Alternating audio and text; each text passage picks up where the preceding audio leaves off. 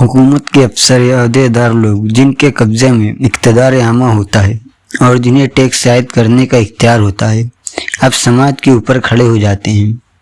گن دستور کے عہدیداروں کی عزت لوگ بلا کسی جبر و اکراه کے اپنے آپ کرتے تھے۔ وہ عزت اگر حکومت کے ان افسروں کو حاصل بھی ہوتی تب بھی وہ اس سے مطمئن نہ ہوتے۔ وہ ایک ایسی طاقت کے کل پرزے تھے جو سماج کے لیے اجنبی اور اس سے الگ ہوتی جا رہی تھی، اور اس لیے یہ ضروری تھا کہ خاص قانون بنا کر لوگوں کو ان کا احترام کرنے پر مجبور کیا جائے۔ ان قانونوں کے ذریعے سرکاری افسروں کو ایک خاص تقدس اور احترام عطا کیا جاتا ہے۔ گن سماج کے تمام عہدیداروں کو ملا کر بھی جتنا اختیار حاصل نہیں تھا، اس سے زیادہ اختیار ایک متمدن ریاست کے ادنا ترین پولیس افسر کو ہوتا ہے۔ لیکن گن سماج کے چھوٹے سے چھوٹے سردار کو بلا کسی دباؤ اور بغیر کسی حجت و تکرار کے جو عزت نصیب تھی، اس پر تمدن کے عہد کے سب سے طاقتور بادشاہ اور مدبر بھی رشک کر سکتے ہیں۔ ایک سماج کے درمیان اس کے بیچ میں کھڑا تھا، دوسرا مجبور ہے کہ ایک ایسی چیز کی نمائندگی کا دعویٰ کرے جو سماج کے باہر اور اس کے اوپر ہے۔ چونکہ ریاست طبقاتی تضاد کو دبائے رکھنے کی ضرورت سے پیدا ہوئی تھی، لیکن اسی کے ساتھ وہ اس کے طبقوں کی کشمکش کے دوران میں پیدا ہوئی، اس لیے وہ عام طور پر سب سے زیادہ طاقتور، اقتصادی طور پر سب سے زیادہ اقتدار طبقے کی ریاست ہوتی ہے۔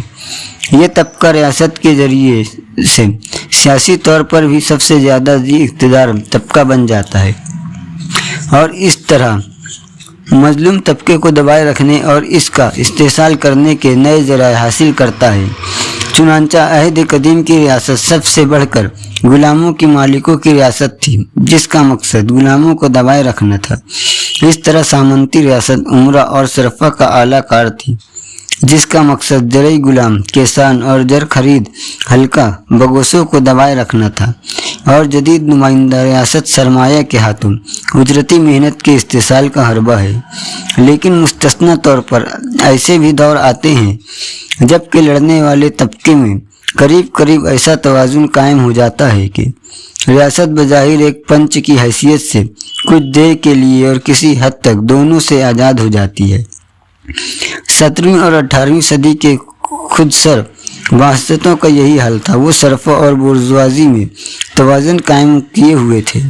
پہلی اور اس سے بھی زیادہ دوسری فرانسیسی سلطنت کی بونا پارٹیزم کا بھی یہی حال تھا۔ وہ کبھی بورژوازی کے خلاف پرولتاریہ کو اور کبھی پرولتاریہ کے خلاف بورژوازی کو بڑھاوا دیتے۔ اس کی تازہ ترین مثال، جس میں حاکم اور محکوم کو دونوں یکساں مواخذہ خیز معلوم ہوتے ہیں، بسمارک قوم کی نئی جرمن سلطنت ہے۔ یہی سرمایہ داروں اور مزدوروں میں ایک دوسرے کے خلاف توازن قائم کیا جاتا ہے، اور پرسیہ کے افلاط زدہ تنگ نظر یونکروں زمینداروں کے فائدے کے لیے دونوں کو یکساں طور پر دھوکہ دیا جاتا ہے۔ تاریخ میں ابھی تک جتنی ریاستیں قائم ہوئی ہیں، ان میں زیادہ تر شہریوں کو ان کی دولت کے مطابق کم یا زیادہ حقوق دیے جاتے ہیں۔ اس سے یہ بات بالکل صاف ہو جاتی ہے کہ ریاست ملکیت والے طبقوں کی ایک تنظیم ہے جو محروم ملکیت طبقے سے ان کی حفاظت کرنے کے لیے بنائی گئی ہے۔ ایتھنز اور روم میں ایسا ہی تھا، جہاں شہریوں کی طبقہ بندی ملکیت کے مطابق کی گئی تھی۔ ازمینہ وسطی کے سامنتی ریاست میں بھی یہی حال تھی۔ وہاں بھی کسی کے پاس جتنی زمین ہوتی تھی، اس کے ہاتھ میں اتنی ہی سیاسی طاقت ہوتی تھی، اور جدید نمائندہ ریاست میں انتخاب میں حصہ لینے کے لیے شہریوں کو جو شرطیں پوری کرنی پڑتی تھیں، ان میں بھی یہ بات صاف دکھائی دیتی ہے۔ لیکن یہ کوئی ضروری نہیں ہے کہ ملکیت کے فرق کو سیاسی مانیتا دی جائے، بلکہ اس کے برعکس یہ تو نشو و نما کی نیچی سطح پر ہونے کی علامت ہے۔ ریاست کی اعلیٰ ترین شکل یعنی جمہوری ریپبلک، جو سماج کے موجودہ حالات میں روز بروز ایک لازمی ضرورت ہوتی جا رہی ہے، اور جو ریاست کی وہ تنہا صورت ہے جس میں پرولتاریہ اور بورژوا طبقے کی آخری فیصلہ کن جدوجہد ہو سکتی ہے۔ وہ جمہوری ریپبلک سرکاری طور پر ملکیت کے فرق کو نہیں مانتی۔